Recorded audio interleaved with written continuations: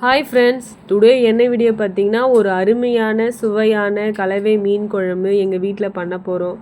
வாங்க எங்கள் வீட்டு மீன் குழம்பு எப்படி இருக்குது பார்க்கலாம். நான் ஒரு 3 டேபிள் ஸ்பூன் அளவுக்கு ஆயில் எடுத்துக்கிறேன். அது கூடவே ஒரு ஸ்பூன் வெந்தயமும் ஆட் பண்ணிக்கிறேன்.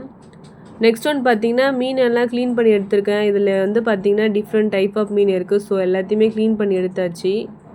இது கூடவே நான் வெங்காயத்தை அரைச்சி வச்சுருக்கேன். ஸோ அதையும் ஆட் பண்ணிக்கிறேன். கருவேப்பிலை, கொத்தமல்லி, பூண்டு இது எல்லாமே சேர்த்து ஆட் பண்ணி நல்லா ஃப்ரை பண்ணிக்கலாம்.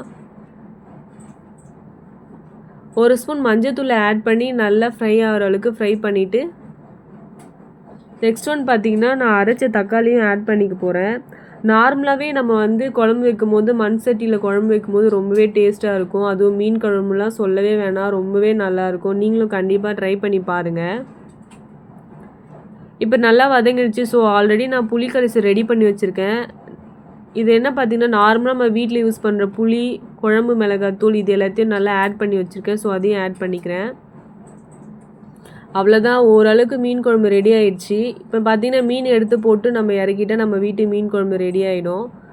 குழம்பு நல்லா சுண்டின உடனே நம்ம க்ளீன் பண்ணி வச்சுருக்க மீனை ஆட் பண்ணிக்கலாம்.